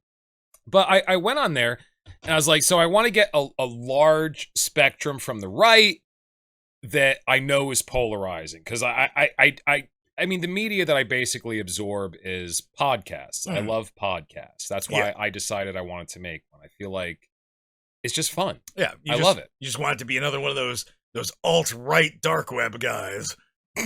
Intellectual dark web, IDW. Thank you, Eric Weinstein. No, if we ever end up on the list for the IDW, I'm going to be like, whoa. They have fallen. Their barrier for entry, like Joe Rogan? Holy shit. That guy pretends he's an idiot. He's fucking smart. I'm an idiot. I'm in the genuine article. You're the real deal. I'm the real deal. I'm the real McCoy. But what I did want was a large swath of what I felt were what I heard from podcasts were polarizing opinions from the left, polarizing opinions from the right. Did you guys see how I did that opposite of my right and my left for the camera? So it's your right. He's so good. It's and like your he left. Understands stage. Dude. Stage left. Dude. Stage right. Photographer for 24 years. Oh, man. no, yeah. That's what happens. I didn't even think about that until I didn't have to think about it either because I was a photographer too, you know. Amazing. Oh, you're so good. So good. And then I just wanted funny shit. Hmm. So I ended up on a couple pages that I heard were funny. You actually started following No Context Brits, which I feel like is the only standalone page that's funny that is exempt from what I'm about to say. Okay, I got you. So I went on, I subscribed to Babylon B, and I subscribed to something. Hold on. I feel like one of the things that we have to remember is if anybody is actually watching, so the Babylon Bee, for anybody who doesn't know what the Babylon Bee is essentially The Onion. It's a satire page, but it's from a right-wing point of view, whereas The Onion tends to be more left. Don't set that up that way. Okay, sorry. Because I didn't know. We're going with my story. I gotcha. Okay. With my story. I moved that be redacted from the court record. All right, moving on. Jesus. My bad. What are you, fucking YouTube? Hey, here's the thing. Just for context, people, if you think this is just funny, I want to let you know this is definitely from a right-wing perspective. So just so you know, it's misinformation. Right there, motherfuckers. Don't listen to it. Don't take it seriously. Even though it's a fucking satire page. Just let me tell my story. Okay. It's on you. Calling me racist, and then you're trying to put context on my fucking pages I follow. Just for context, here's what Babylon B is. Yeah, I was getting there. It wasn't for context. It was for people who didn't know. I didn't know. That's the point of the story. I gotcha. I'm putting. All right, so I heard from podcasts that Babylon B was pretty funny, and they got taken off of Twitter, and I was like, shit. If somebody gets fucking taken off of Twitter, they got to be out there. And I like the type of comedy and entertainment that's iconoclastic. You're stepping on sacred cows. You're making fun of shit that people think is irreverent, to say the least. Sure, and you've described me as a habitual lying not crosser but pisser. But yeah, anyway. Not on camera, obviously. Well, sure. And I wanted to subscribe to them, and then I found this thing called Clown World, which is just showing people doing ridiculous things. Oh yeah, the videos on there are the actions in them are absolutely absurd. Yeah. It's so good. So here's what happened. And there were a few other channels that I followed. If you go on our Twitter page, you can see who I decided to follow in my naivete. So I heard that, Twitter... In the before time, in the long ago. What's that? I said in the before time, in the long ago. Before I was completely my innocence was completely obliterated by the interwebs. Yeah. So I started tracking these guys, and I'm like, whoa. First, I was like, whoa, Babylon Bee is kind of funny sometimes, but everything they do has like a huge political slant. It's bifurcated, and it's right wing. Oh yeah. So right wing. Yeah, they are very on the right side of things. That took me a day. Mm. So the first night I was on Twitter and I followed all these people, first of all, I never understood how people said they were addicted to social media because I hated it so much. I just didn't do it for 20 years. Sure. I'm older than I look. And at least that's what I'm told. Don't contradict that. And I was on for 6 hours. Like, holy shit, it is addictive. It's very easy to like, it's almost like YouTube holes. Like, you know, when we get hungover and we're just like, oh, what's this? What's this? What's this? Yeah, but I don't interact with anything. Yeah, I was yeah, interacting on Twitter for like 6 hours. Mhm. Like, it was hugely addictive. No, yeah, I gotcha. I don't understand why. Now once I closed the page, it's almost like I rubbed the crust out of my eyes, and I was like, what the fuck did I just do? The scales fell is the There's a world outside. There are leaves blowing in the trees, and I want to go out there and look at squirrels. That's way better.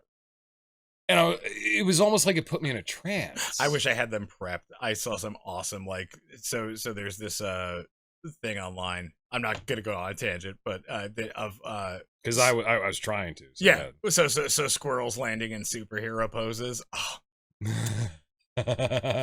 Post that on our Twitter. Yeah. I'll have to look that up. But let's get back to what you're Post talking that on about. our Twitter. I don't want to get off on the side. So first of all, 6 hours, and I was like, what did I just do to myself? And I felt weak. I didn't feel like I drank too much, because usually when I drink too much, I feel euphoric and the room's spinning around, and then I fall on the ground and I crack my head and I go to sleep, and I wake up 2 days later and I have a headache, but I felt like it was time well spent. This didn't feel like it's a solid investment. This felt like I just ate marshmallows for 6 hours, and it was like, what did I do?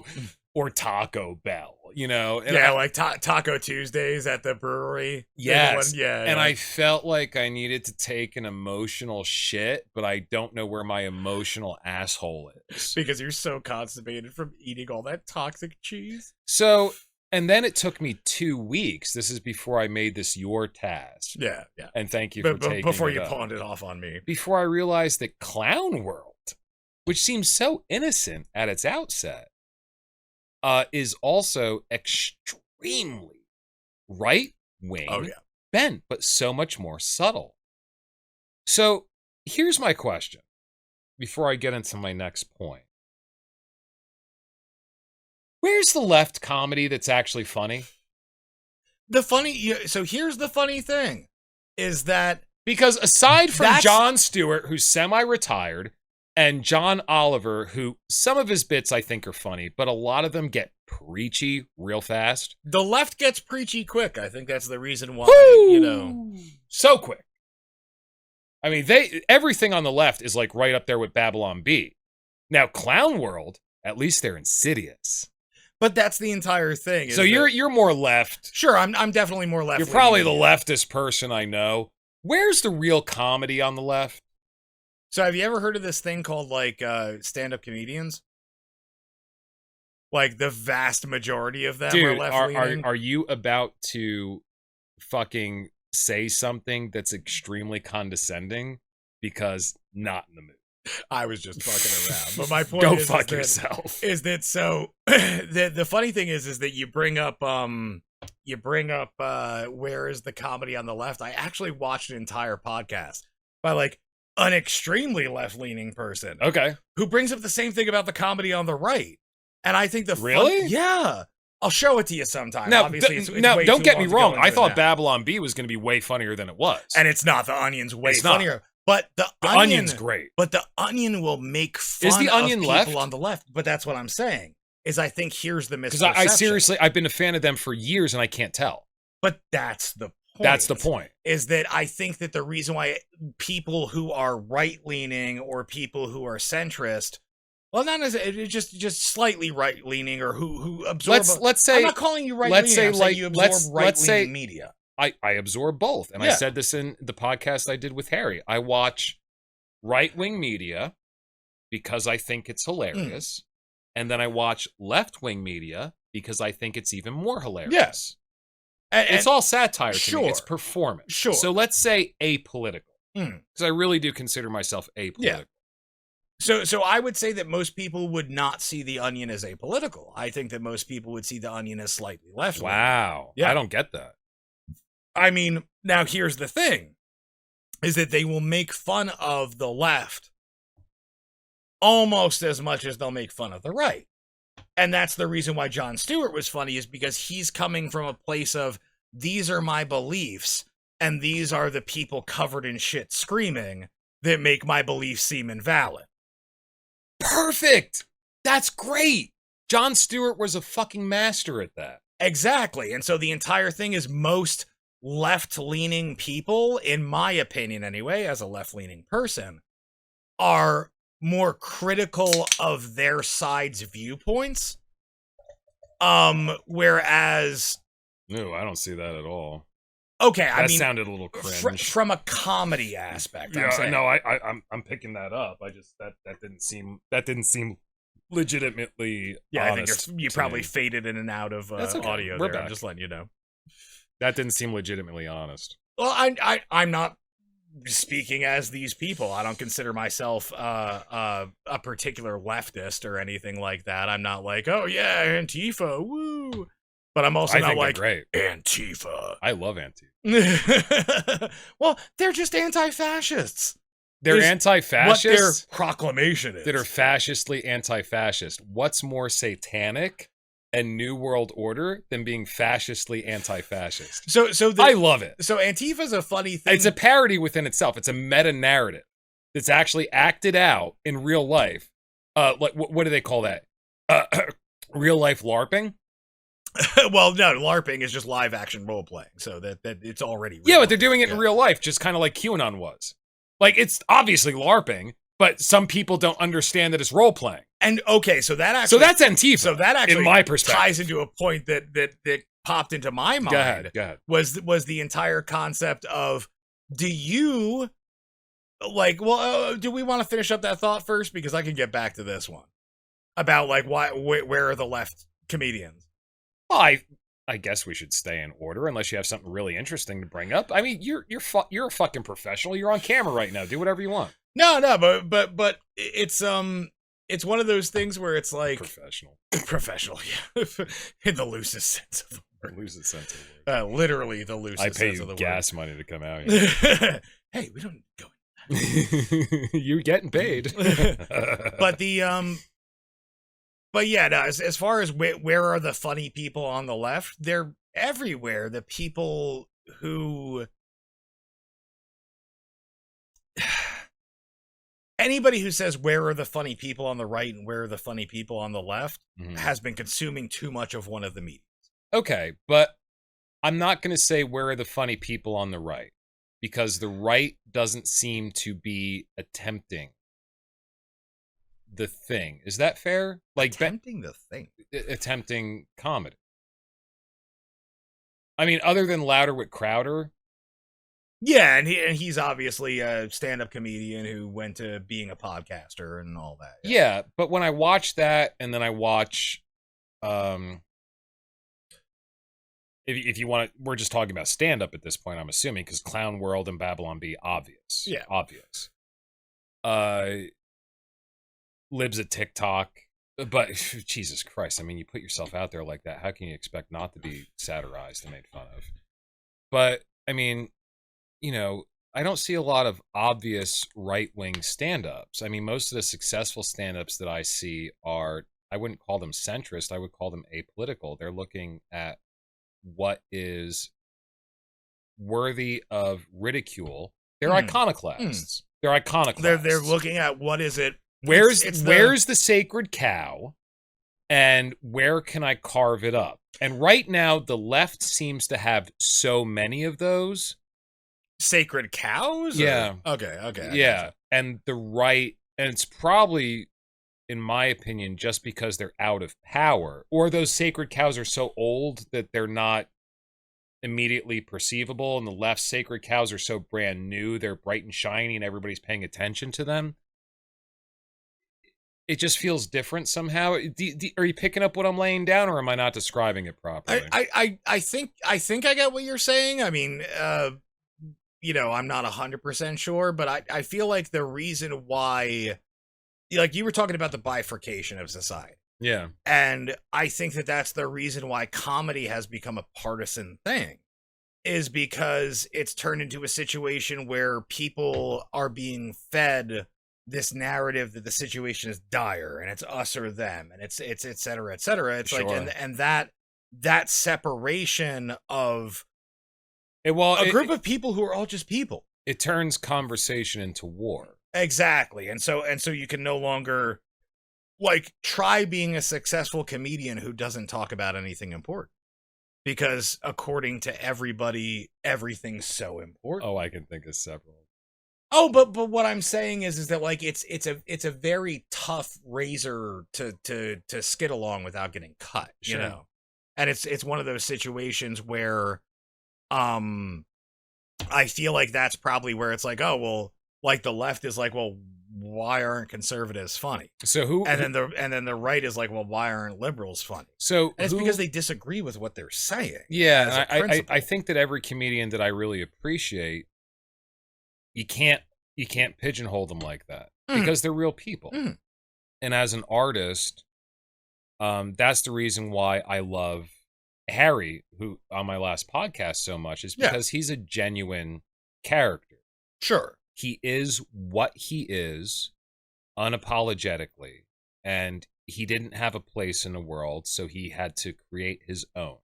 And maybe some other people want to, and I feel the same way about myself as an artist. Maybe some other people want to visit it, but every time I try to find a place in the world that was here when I was born, I feel like I'm shoehorning myself into it, and it doesn't quite work.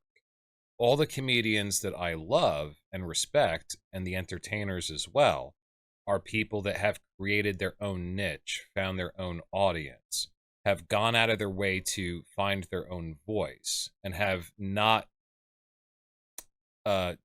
kowtowed to partisan lines, have not subjected themselves to a pre-existing tribe, but have created their own tribe through the strength of their own personality, beliefs, and artistic vision. That's what I find remarkable in the artists that I respect. And I could name, if we're talking about comedy, of course, because that seems to be most prominent in the news right now, and I could name the comedians that I respect, and they're all super famous, so it wouldn't strike anybody as, oh, I need to look that person up. That sounds cool. And on top of that, but I mean, so go ahead. No, I was gonna say, and most of the people who are going to fit that bill anyway are people who, like, because we've talked about this before, about the ancient concept of the court jester. And he was the only one who was allowed to sit on the throne other than the king. He was there to make fun of the king. Yeah. He was there to... He was to give the king levity, and to kind of be a memento mori for the king's ego. He said not to the king, but to the king's ego. Remember, you're mortal. Exactly. And I think that when you talk about great comedians, like people who, like, they're going to cut you if you're worth cutting. And that's the entire thing, is that... It's iconoclasm. And it's turned into a situation where when you sit there and talk about, oh, comedians on the right, comedians on the left, it's like, if you can pinpoint, this is a right-wing comedian, this is a left-wing comedian, if that's clear cut, if that's not ambiguous, right, they're not doing their job right. Right. I agree. And I think that that's the point.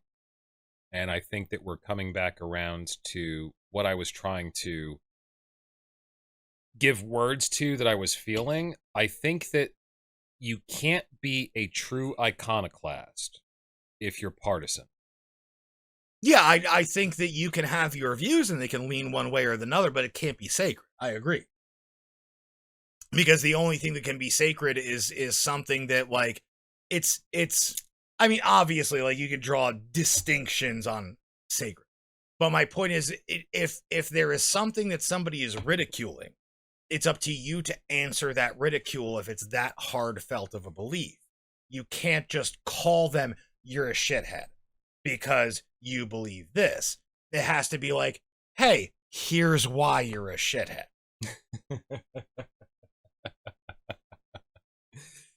And I think that's where great comedians is because they can sit there. I mean, like, you look at Jeff Foxworthy's You Might Be a Redneck. As innocuous as that is. Brilliant. No, he's calling out the people around him. And himself. Yeah. And it's brilliant. Yeah. I mean, the Blue Collar Comedy Tour didn't make millions. Look at Roseanne, like, before, like, I understand that, like, whatever with the controversy and shit. Oh, that was mis-racial identity, Ambien, alcohol, and brain injury. That's what that was. Yeah, but nowadays, if you are psychotic and every single thing that you do is a matter of permanent record, that shit's going to get picked up by somebody. And the entire thing. She was always that person.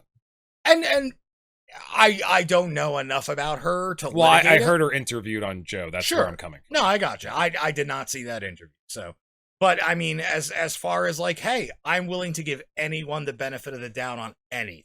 It may not have been alcohol. Yeah, whatever it was that she said it was, is the point.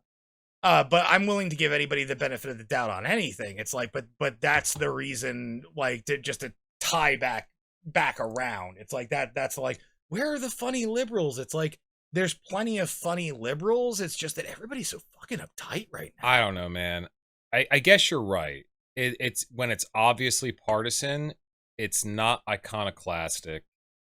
It's not holding up sacred cows and slaughtering them before the populace. It's preachy. And it's less funny because of it. And the point is that I don't mind comedians taking a pulpit, but the point is... Well, Jim Jeffries with his gun control bit. Which is a phenomenal effing bit. And I disagree with it. Sure, but it's a great bit, and he makes a lot of good points. Oh, it's so good. Yeah. So good. Bill Burr has a similar bit where he's talking about keeping the guns in the safe and everything, and somebody breaks in your house. Oh, you're going to be sorry. Hang on a second. He walks exactly. Like, or maybe that was Jim Jeffries. I think it might have been Bill Burr. I don't remember. I think they both had similar things. They had similar things. You're things. thinking of the Jim Jeffries bit where he's like, he's saying there's like, well, I was naked at the time, because he's talking about when his apartment got broken into. And they're like, imagine if you had a gun. I love the bit. Yeah. It's a great bit. I totally disagree with his views on gun control. I love having guns. I love shooting them. I love carrying one with me in public. It makes me a better person. Here's why. I just had to do the eyebrow for effect, but go on. No, I love your faces. I was just watching it. I don't feel threatened. And when you don't feel threatened, you can be more genuinely yourself, and you can be kinder to people if you're not fearful. See, and I do understand that, and I know that you ascribe to certain principles like responsibility to the responsible and stuff like that. And where everything becomes dicey is, well, who can, like, and here's where, so we were talking earlier, actually, there's a good way to tie this in. Seatbelt laws. Oh, you want to go there? Yeah, because I feel like that's a situation that kind of sits there and ties into this. It's like, okay, so here's where the gun control thing turns into like a nebulous situation. Well, maybe you should preface this with our conversation on seatbelt laws. I was just about to loop into that. All right, go ahead.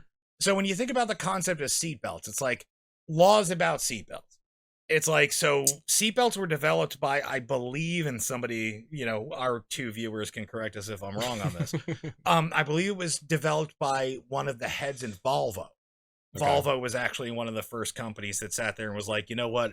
People are dying when they crash these things. There should be something to help with that. Okay. And if I recall the lore correctly, but it was that he sat there and he was like, well, and he came up with the lap belt initially, and even before the shoulder belt. Sure. And then, because the government's job, as put in by the Constitution, was to promote the general welfare. And so they were like, okay, well, every car should be built with a seatbelt in it because it's saving lives. Well, it gives people the choice at least. But that's where I'm going with it. I know, that's why I figured I'd skip ahead. Yeah, so it's like, so that's saving people's lives. But then when you sit there and you put a fine on not wearing it, suddenly you're impinging on personal freedom. And so that's where I feel like the gun control laws shit comes in, is because it's a very similar situation where I feel like saying you can't have a gun when our Constitution gives people the right, regardless of whether or not you sit there and are like, okay, well, what exactly the fuck did they mean by a well-regulated militia? And bear arms. Well, yeah, because I mean, I have unicorn arms. I mean, what am I supposed to do with those? Come on, fucking people. But no, the whole thing is that, again, we come into ambiguous law and wording of people with wigs. And it's like, it's one of those situations. There you go. It all Good comes, job. It all comes full circle. Because it's a situation where, like, well, what the fuck did they mean by a well-regulated militia? Because it has the words well-regulated right in there. But it says no constitutional law can be created that shall deny an American citizen the right to bear arms in a well-regulated militia. It's like, well, now you've just completely fucked us. Thanks, old dudes. Like, first it was slavery, now it's this. Like, what the fuck you doing? But it's like, so it turns into a situation where it's like, I do feel like there need to be laws, but those laws need to be careful, because I don't feel like people should get tickets for not wearing a seatbelt. Or let's say a bicycle helmet.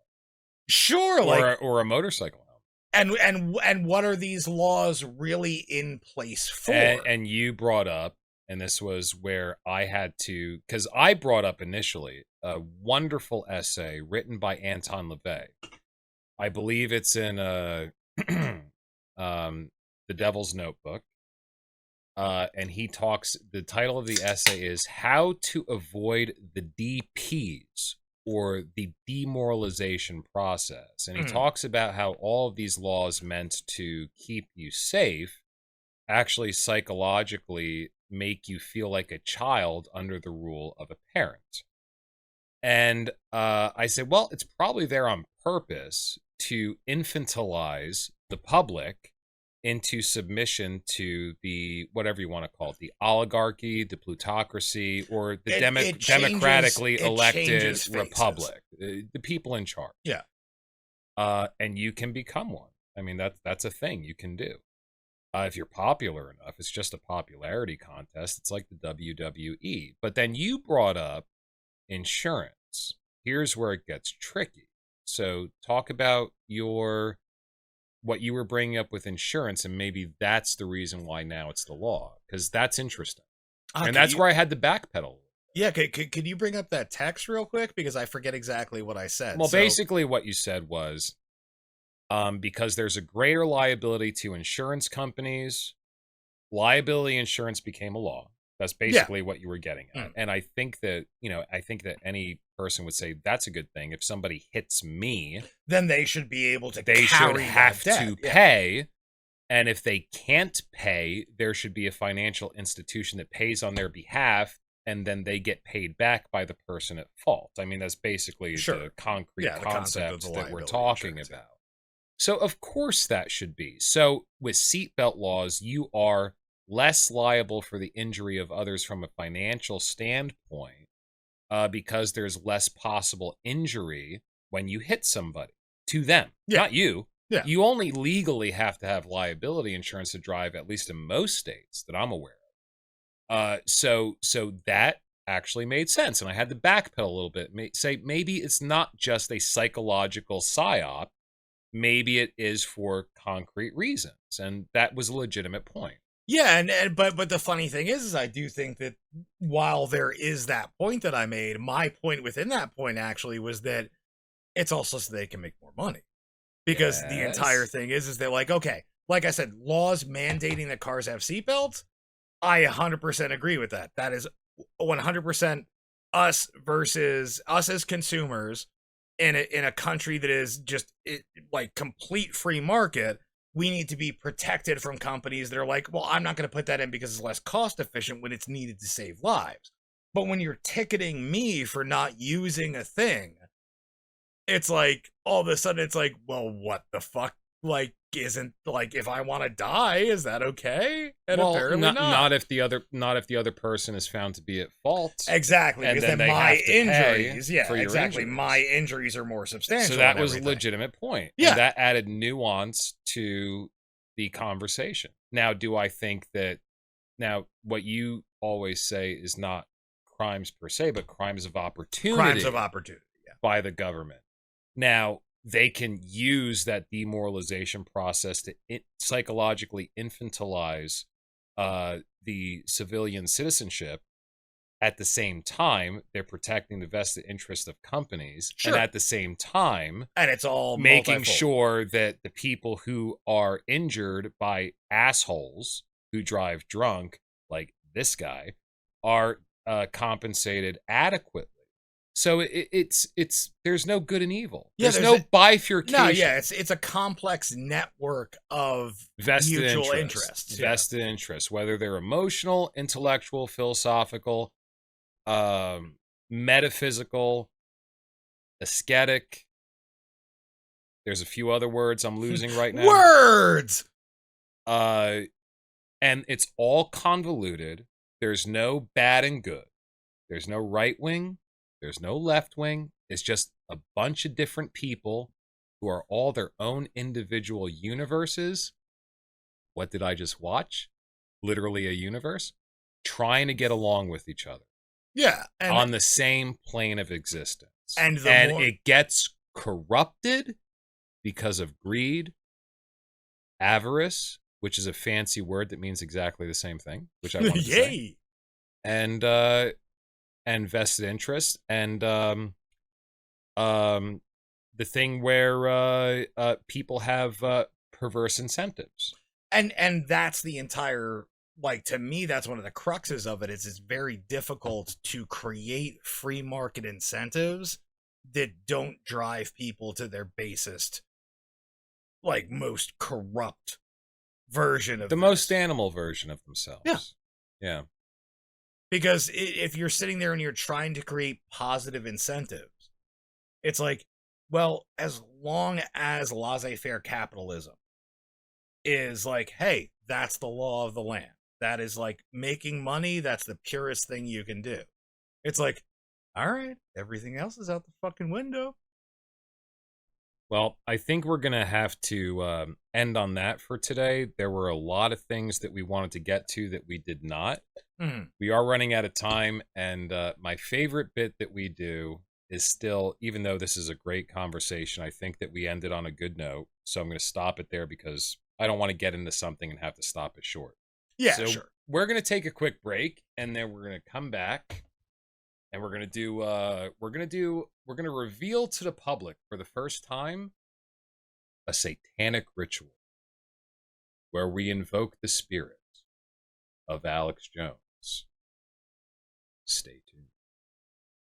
All right, we have one more ad read, and oh, surprise, it's by the same company that apparently Sammy the Bull is the silent partner of. I thought Sammy the Bull was dead. Is he not dead? Alive in Arizona. In Arizona. What's he doing in Arizona? Making puppets? By Sheriff Joe for selling ecstasy, and now he's out, but his children took over the business. So he got arrested for selling ecstasy, and now his children took over the business, and they're silent partners in third world puppet making sweatshops. Gotta do something. He said, what do you expect? I'm a gangster. How far the mighty have fallen. All right, so this commercial is for a puppet named Spencer. Oh, no. I know this guy. I interviewed this guy for the show, and we haven't put it up yet. So if you want to talk about socialist cucks, this guy told me the reason why he has blue skin is because he wants to transcend race. And then he gave me a bunch of shit about the guns we have hanging on the wall and all sorts of nonsense. So I'm not even going to give my audience the option here. You can't buy Spencer. If you go to etsy.com/shop/8arc for me, we're not going to give you the option to buy Spencer. He's not for sale for $339. What you have to do is click on the option to have us burn this socialist cuck in effigy for $1,339. Go to etsy.com/shop/8arc for me today. Click on the option to burn the socialist cuck with the blue skin, for $1,339.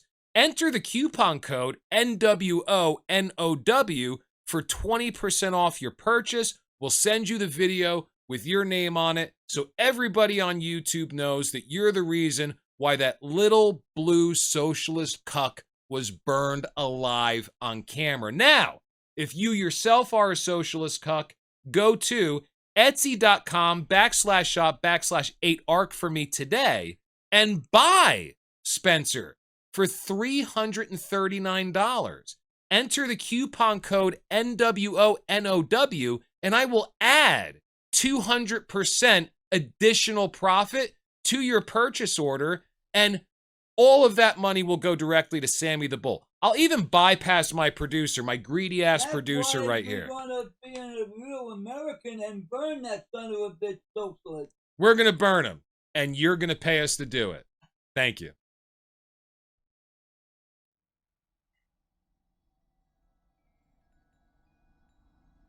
In the name of Satan, ruler of the earth and king of the New World Order, I command the forces of darkness to bestow their infernal power upon me. Open wide the gates of hell. Begrudge us not, Sandy Hook. He was drunk. Very drunk. Probably on drugs. The families deserve the restitution that they got. We are not arguing with that. And his soul is already in hell. So demons of the abyss, bring him up. Bring the demon lizard that has taken over the mind of Alex Jones. Let it manifest here in this room. Let it manifest in the mind and body of Talking Head number 6, so that Alex Jones can give us the truth of the New World Order. Now that we need to perceive and be aware of the information that we need to make war on. Give us the info wars. Turn the friggin' frogs gay! All right, Alex Jones here, coming to you live with InfoWars. I tell you, we got some shit for you tonight. You have to understand that our country is just a complete mess, and I know that just sounds like me constantly barking into the wind, but I tell you, barking into the wind, it makes those barks come right back at you, and it gets me howling mad. So let's see what we got here tonight on our show. All right, so a Florida couple was arrested for selling tickets to heaven. Now, I'm going to tell you this right now. I love the Sunshine State. I understand Mar-a-Lago's down there. I understand that's currently the center of power for the Republican Party. Reagan's spirit, I've heard they've seen it in the clouds. There's a lot of lightning coming down. There's just a lot of the Gipper. I'm just going to throw that out there. But the whole thing is that this couple was arrested for selling tickets to heaven. And this is how you can tell that the right-wing media is completely off kilter. Because when you're sitting there and you're thinking about the fact that they've got these tickets to heaven, these have to be legitimate. You have to understand. Because Jesus Christ, like you think about the loaves and the fish. I was hoping, and he was sitting there and he was handing out this stuff to people. Now, I would have preferred that he taught people how to fish. Because that's just apparently in the Bible. I don't think it's actually in there, but that's what we all say. He should have taught people how to fish, because giving them the fish and the loaves, that's just setting them up to be welfare queens, and nobody wants that. But the whole thing is the word is just the word, and we just have to go with the words, and so I'm going to say some words here. And those words are that these people, these are righteous folks. Because they're sitting there and they've got these tickets to heaven. They don't know what to do with them. Maybe they prefer to go to hell. Maybe they're sinners. I'm not entirely sure, but if they've got these tickets, that is their God-given American right to sell them to whoever they choose, because that's the free market. Now, secondly, there are new residents that are from, the newest residents. See, this is how they get you. They get you trapped up in language. Because you got to understand, like, sure, people will sit there and say, like, oh, well, every American's an immigrant. I got news for you. there's different styles of immigrant. The newer ones are the worst, and you can tell because they're new. And some people call me a neophyte. Or not neophyte, sorry. Trying to think of the word here. Neophobic. That's what I'm trying to think of. So some people call me neophobic. I'm not afraid of what's new. I enjoy new deregulation. I enjoy new tax breaks. There's a lot of things that I enjoy that are new. And so the entire thing is that, but what you have to understand is when it comes to immigration, there's a hard line that you have to set here. And I'll tell you, those hard lines exist. They were drawn on a map by people informed by God as to where Ohio should end. And I'm telling you, Ohio needed to end somewhere. But the whole thing is that these newest residents, they're from elsewhere. Well, where the hell's elsewhere? And I'm going to tell you, elsewhere, literally defined, means not here. And if they're from not here and they're new, that's how you can tell that there's an issue. You know, when you sit there and you just have people who are from somewhere. Sure, Obama, you're from somewhere. I got you. Let's see the birth certificate and we'll figure out where elsewhere exists. And I'm assuming that it's not in the Constitution because elsewhere, like the Constitution is what created where we are right now, and elsewhere is unconstitutional. Now, next, hospitals are resorting to hiring doctors due to a physician shortage. Physician shortage. Keep that in mind. We'll come back to it later. Physician shortage prompting the move. Now, the whole thing is that why are they resorting to more doctors? A very famous man, I forget his name, I forget his religious affiliation, said that when there are too many doctors, there can be no health. So what are we going to now? We're moving away from our God-given right to have a limited amount of physicians that are only payable through insurance companies. This is communistic. If we're hiring more doctors, let's just say, for instance, we've got enough doctors right now. We can't let any more doctors in. These doctors are coming from elsewhere. Because the entire thing is like, we've got plenty of doctors. If you're sitting there and you're trying to let more doctors in, I don't care how the other doctors got here. These are the newest doctors. Those are the old doctors. So the whole thing is that we have the perfect amount of doctors right now, just like Supreme Court justices. What, you're telling me they're going to pack the courts? Now we're packing the hospitals. What's next? Are we going to pack the fudge? I don't know. Either way, it's just going to be terrible for the entirety of good, sacred, Christian, Reagan values. we need to do commercial. Oh, sorry. I'm getting beyond things. We've got to keep the lights on here at InfoWars. Now let me talk directly down the truth hole here. So we at InfoWars are currently under some hard times, and this has come to the fact that we have alleged that alleged things allegedly happened. Now, with all that alleging, I don't know. It doesn't seem to add up on the ledger to me. You can't allege without a ledger. And that just put me on a ledge, and we're about to fall off of that precipice. So, we got to sit there and we got to plug some nutraceuticals. These are guaranteed to make your life better. They're guaranteed, no guarantees, to make your life absolutely perfect. Again, no guarantees, no perfection. But so, what do we got going on today? This is going to keep the lights on. Anybody who buys these things is going to contribute to the furtherance of American greatness, American exceptionalism, and my bank account's exceptionalism to be great. What we have today is Solid Snake, and this ties into our next headline. Solid Snake. So Solid Snake. What Solid Snake is, so here we go. You ever feeling impotent, depressed, put down by the fact that you just can't get it up? Now, ED is not an excuse to be an underperforming male. Because look at me. Like, I am the pinnacle of performance. You can see me right now. I'm hard. I'm not going to show it to you. I don't need to prove it. It's under the table. Because like everything in my life, I'm just making money under the table on things that you can't see. So what you have to understand is that Solid Snake, it is made of 100% ground vipers.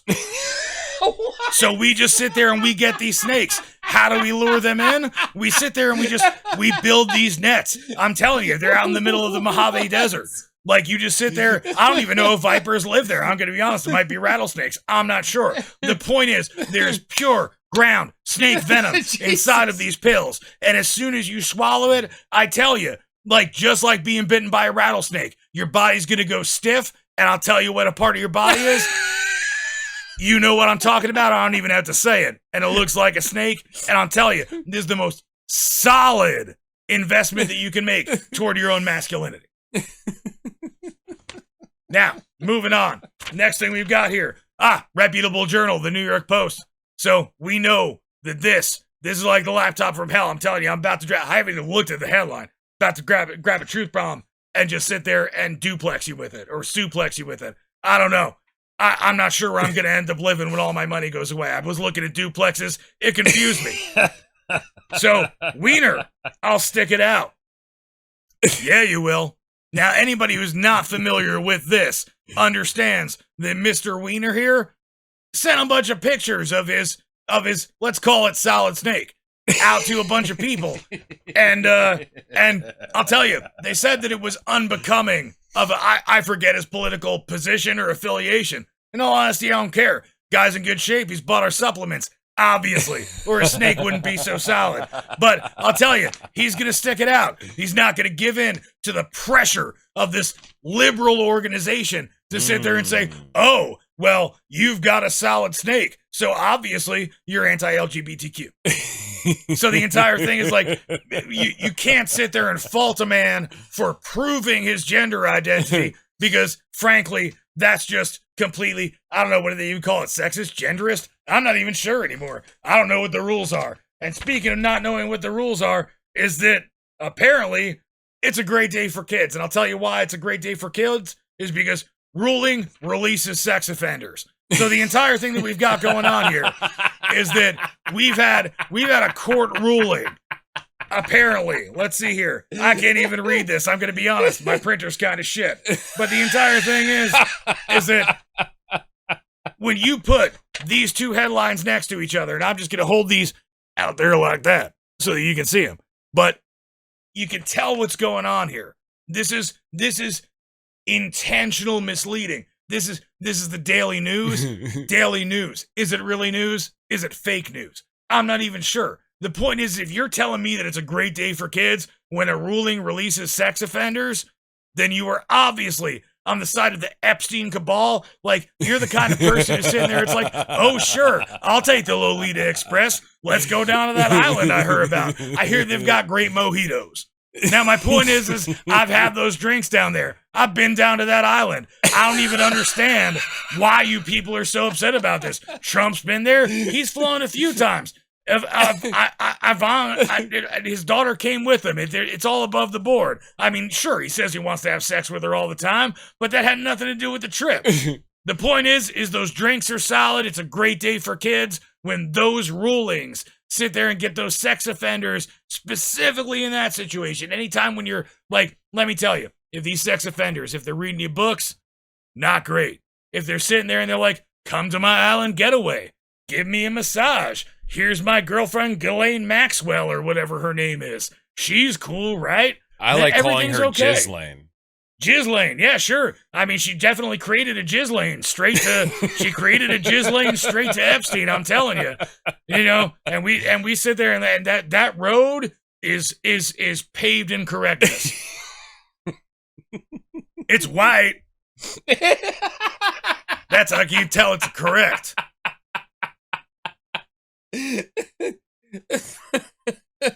I don't see what's funny. I'm on a lot of drugs. I mean, sure. That's how you keep your snake solid. Tell you, those blue pills, I tell you, they'll get you. Oh my God. Jesus Christ. Turn the friggin' frogs gay! Thank you for watching the New World Order. And just remember, YouTube, Joanne with the letter J, we're watching you too. Someone is watching.